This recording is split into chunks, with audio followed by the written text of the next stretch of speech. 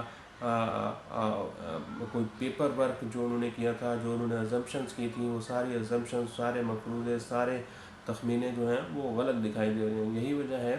کہ جو حقائق ہیں، زمینی حقائق ہیں، معاشی حقائق ہیں، ان کے اوپر پردہ ڈالنے کی کوشش کی گئی ان مذاکرات کے درمیان بھی، اور بار بار میڈیا کے ذریعے یہ جھوٹی خبریں پھیلائی گئیں کہ ہم آئی ایم ایف کو منوا لیں گے، آئی ایم ایف کی جو ایم ڈی ہے ان سے بھی ہماری بات چیت ہو گئی ہے، اور کچھ جیو پولیٹیکل جو صورتحال ہے وہ بھی ایسی بنتی ہوئی دکھائی دے رہی ہے کہ آئی ایم ایف کو کسی قسم کا کوئی پرابلم نہیں ہوگا، کیونکہ کچھ معاملات جو ہیں وہ معاشی سطح پر حل کیے جاتے ہیں، اور کچھ معاملات جو ہیں وہ پاکستان اپنے سفارتی تعلقات، سیاسی تعلقات کی بنیاد پر حل کرتا ہے۔ لیکن جب ہم معاشی صورتحال کا اندازہ لگاتے ہیں تو اس میں کسی قسم کی کوئی خاص پیش رفت ہوتی ہوئی نہیں دکھائی دیتی۔ آئی ایم ایف کو ابھی بھی یہ یقین نہیں ہے کہ جو پاکستان کے دوست ممالک ہیں جن میں یو اے ای ہے، چین ہے، سعودی عرب ہے، وہ پاکستان کے اندر آ کر سرمایہ کاری کریں گے، اور پاکستان کو جو رول اوور قرضے کرنے ہیں، انفلوز آنے ہیں، فائنینسنگ آنی ہے، وہ واقعی حقیقتاً پاکستان کو ملے گی یا پھر نہیں ملے گی۔ اسی طرح جو آئی ایم ایف کا دوسرا کنسرن ہے وہ یہی ہے کہ پاکستان نے جو بھی وعدہ کرتا ہے اس کے اوپر عمل درآمد نہیں کرتا۔ آئی ایم ایف کے ساتھ ہمارا یہ ایگریمنٹ تھا کہ ہم جو خسارے کا شکار ادارے ہیں، خاص طور پر پی آئی اے، پاکستان اسٹیل مل اور پاکستان کی جو بجلی کی تقسیم کار کمپنیاں ہیں، ان کی نجکاری کریں گے، اور 30 جون پر تک اس میں اچھی خاصی پروگریس ہوگی، لیکن پاکستان اپنا نجکاری کا جو پروگرام ہے وہ بھی حل کرنے میں، اس کو آگے بڑھانے میں اس مالی سال کے دوران بہت بری طرح سے ناکام دکھائی دے رہا ہے۔ اب چونکہ ایف بی آر کا ٹارگٹ پورا نہیں ہو رہا، شارٹ فال بڑھتا جا رہا ہے، تو آئی ایم ایف کو جو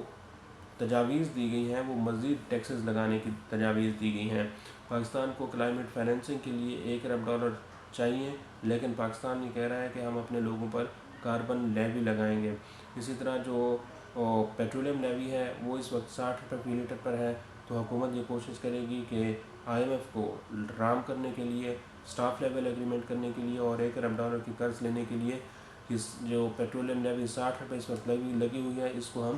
$70 فی لیٹر تک لے کے جائیں گے۔ اسی طرح اس وقت جو ٹیکسز کی بھرمار ہے اس میں کسی قسم کی کوئی کمی کی توقع نہیں ہے، البتہ یہ پاکستان کے لوگوں کے لیے ریلیف ہوگا کہ ان کے اوپر مزید کوئی ٹیکس نہ لگایا جائے۔ جب 18% سیلز ٹیکس لگا ہوا ہے اور ایکسائز ڈیوٹی ہر چیز کے اوپر لگی ہوئی ہے، پراپرٹی سیکٹر کے اوپر اتنے ٹیکسوں کی بھرمار ہے، تو مزید کسی بھی سیکٹر کے اوپر ٹیکسوں کا بوجھ نہیں ڈالا جا سکتا، اور نہ ہی مزید کوئی گنجائش ہے، بلکہ کئی جو سیکٹر ہیں خاص طور پر تنخواہ دار طبقہ اپنی استعداد سے، اپنی کیپیسٹی سے زیادہ ٹیکسز ادا کر رہا ہے۔ تو حکومت پاکستان جو ہے وہ بری طرح، وزارت خزانہ، ایف بی آر اور پاور سیکٹر جو ہیں وہ بری طرح ناکام ہوئے ہیں۔ ایف بی آر کے ساتھ، آئی ایم ایف کے ساتھ کسی قسم کا کوئی ایگریمنٹ نہیں ہو سکا، جس سے ایسا لگتا ہے کہ ان تینوں منسٹریز کی جو کارکردگی ہے وہ بہت ہی خراب رہی ہے۔ جو press release I M F کی جانب سے جاری کیا گیا ہے اس میں صرف اور صرف ایک بات کی گئی ہے، اور وہ یہ ہے کہ ہم پاکستان کے ساتھ ورچولی بات چیت کو مزید آگے بڑھائیں گے، اور ان مذاکرات کے درمیان پاکستان اور آئی ایم ایف نے سٹاف لیول معاہدے کی جانب پیش قدمی کی ہے، ایک نمایاں پیش رفت ہوئی ہے، لیکن یہ بھی ایسا لگتا ہے کہ کوئی ڈپلومیٹک قسم کی اسٹیٹمنٹ آئی ایم ایف جو ہے وہ پاکستان کے حوالے کر کے یہاں سے روانہ ہو چکا ہے۔ کچھ لگی لپٹی باتیں کی گئی ہیں، تکلف سے کام لیا گیا ہے آئی ایم ایف کی جانب سے، اور یہ بیان جاری کر کے آئی ایم ایف جو ہے وہ پاکستان کو خدا حافظ کہہ کر چلا گیا ہے۔ اب جو ورچولی ٹاکس ہیں اس میں مزید کتنا ٹائم لگے گا، 15 دن لگیں گے، 20 دن لگیں گے، مہینہ لگے گا، اور پھر اس کے بعد جو آئی ایم ایف کا ایگزیکٹو بورڈ ہے وہ سٹاف لیول معاہدے کو دیکھے گا، پھر اس کے بعد پاکستان کو قرض ملے گی۔ تو توقع یہ تھی کہ پاکستان جو ہے وہ اپریل میں $1 ارب کی جو قسط ہے وہ اس کو حاصل کرنے میں کامیاب ہو جائے گا، لیکن چونکہ سٹاف لیول ایگریمنٹ میں تاخیر دکھائی دے رہی ہے تو پاکستان کو $1 ارب کی جو قسط ہے وہ بھی ذرا دیر سے ملے گی۔ آج کے لیے اتنے، اس ویڈیو کو آپ کمنٹ سیکشن میں جا کر لائک کر سکتے ہیں اور اپنی رائے کا بھی اظہار کر سکتے ہیں۔ بہت بہت شکریہ۔